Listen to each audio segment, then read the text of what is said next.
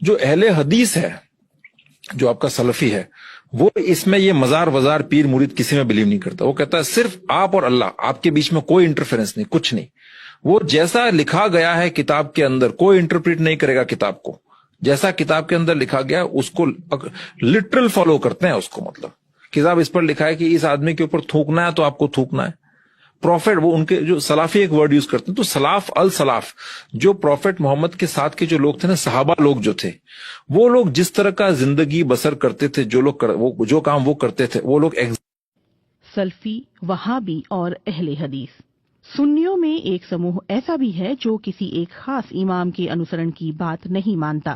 ان کا کہنا ہے کہ شریعت کو سمجھنے اور اس کا صحیح ڈھنگ سے پالن کرنے کے لیے سیدھے قرآن اور حدیث یعنی پیغمبر محمد کے کہے ہوئے شبد کا ادھین کرنا چاہیے. اسی سمودائے کو سلفی اور اہل حدیث اور وہابی آدی کے نام سے جانا جاتا ہے. یہ سمپردائے 4 اماموں کے گیان، ان کے شودھ ادھین اور ان کے ساہتیہ کی قدر کرتا ہے. لیکن اس کا کہنا ہے کہ ان اماموں میں سے کسی ایک کا انوسرن انیواریہ نہیں ہے. ان کی جو باتیں قرآن اور حدیث کے انوسار ہیں اس پر عمل تو صحیح ہے، لیکن کسی بھی وواداسپد چیز میں انتم فیصلہ قرآن اور حدیث کا ماننا چاہیے. بلکہ بعض میں آپ سے کہوں کہ اہل حدیث کے عالم ہمارے پاس آئے، تقریر کر کے گئے، اس میں شیعہ نے بھی تقریر کی، باقی مسالک نے بھی کی، لیکن مدح اہل بیت میں جو گہری باتیں اور جو بڑی باتیں اہل حدیث کے عالم نے کی وہ کسی اور نے نہیں کی، اور میں خود حیران. مولانا صاحب، اہل حدیث کی تعداد ہمارے شہر میں بڑھ رہی ہے، اس کی کیا وجہ ہے؟ اس کی پہلی وجہ یہ ہے کہ ہم بے دلیل بات کرتے ہیں، وہ دلیل کے ساتھ بات کرتے ہیں. پہلی وجہ. ہمارے یہاں مدارس میں ہم کو فقہ پڑھائی جاتی ہے اور حدیث سے دلیل نہیں دی جاتی ہے. یہ بنیادی وجہ ہے. سر، اہل حدیث جس طرح نبی اسلام کو مانتے ہیں نا، اس طرح اور کوئی نہیں مانتا. کیونکہ آپ لوگوں نے تو لوگوں کے بنائے ہوئے امام بنائے ہوئے ہیں. اہل حدیث نے اس کو امام مانا ہوا ہے جس کو اللہ نے امام بنایا. ما ضل صاحبکم وما غوی. اہل حدیث کی آپ کے بزرگوں سے کوئی دشمنی نہیں ہے. وہ جو کچھ کہتے ہیں نبی علیہ السلام کی محبت میں کہتے ہیں. آپ ذرا ان کے قریب ہوں، آپ کو پتہ چلے گا کہ اہل حدیث نے نبی علیہ السلام کو صحیح مانا ہے. باقی تو صرف نام کے ہی مان رہے ہیں. ٹھیک.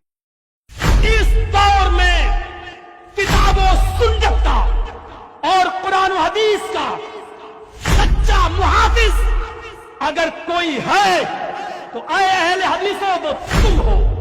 کعبے کے رب کی قسم، کتاب و سنت کے سچے علمبردار اگر کوئی ہے تو وہ تم ہو. نبی اکرم کی دعوت کے سچے محافظ اگر کوئی ہو تو تم ہو.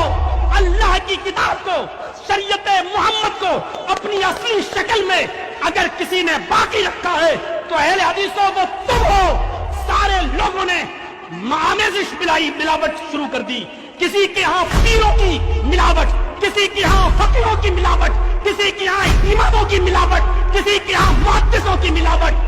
اگر فقیروں، اماموں، محدثوں، پیروں اور ولیوں کی ملاوٹ سے رب کا دیا ہوا سچا اسلام، شریعت محمدی کا سچا پاسدار اور خالص اسلام اگر کسی کے پاس ہے تو اے اہل حدیثوں تمہارے پاس ہے. تم اس کی حفاظت کرو، تم اس کی رکھوالی کرو. انشاءاللہ قیامت کی صبح تک کوئی تمہارا کچھ نہیں بگاڑ سکتا. لا تزال طائفۃ من امتی علی الحق منصورین. ایک گروہ ہمیشہ حق پر رہے گا. لا یضرهم من خالفهم. کوئی بھی مخالف قیامت کی صبح تک ان کا کوئی کچھ نہیں کر سکتا. کہ میری امت کا ایک گروہ ہمیشہ حق کے اوپر رہے گا. ایک گروہ، لا تزال طائفۃ، ایک گروہ میری امت کا ہمیشہ حق کے اوپر رہے گا. اسے رسوا کرنے والے قطعاً اس کو تکلیف نہیں پہنچا سکتے یہاں تک کہ قیامت آ جائے. حضرت محمد بن اسماعیل امام بخاری رحمۃ اللہ علیہ اپنے استاد کا حوالہ دیتے ہوئے، علی ابن مدینی کا حوالہ دیتے ہوئے کہتے ہیں کہ اس حدیث سے مراد حضرت علی ابن مدینی کہتے ہیں کہ اصحاب الحدیث ہیں، یعنی اہل الحدیث ہیں.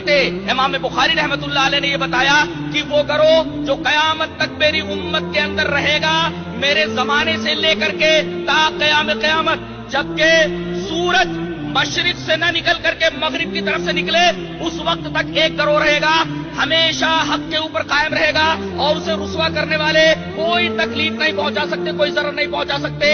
علی ابن مدینی کا حوالہ دیتے ہوئے امام بخاری رحمۃ اللہ علیہ نے فرمایا کہ ہم اصحاب الحدیث، وہ اصحاب الحدیث ہیں. اصحاب الحدیث اور اہل الحدیث دونوں کا مطلب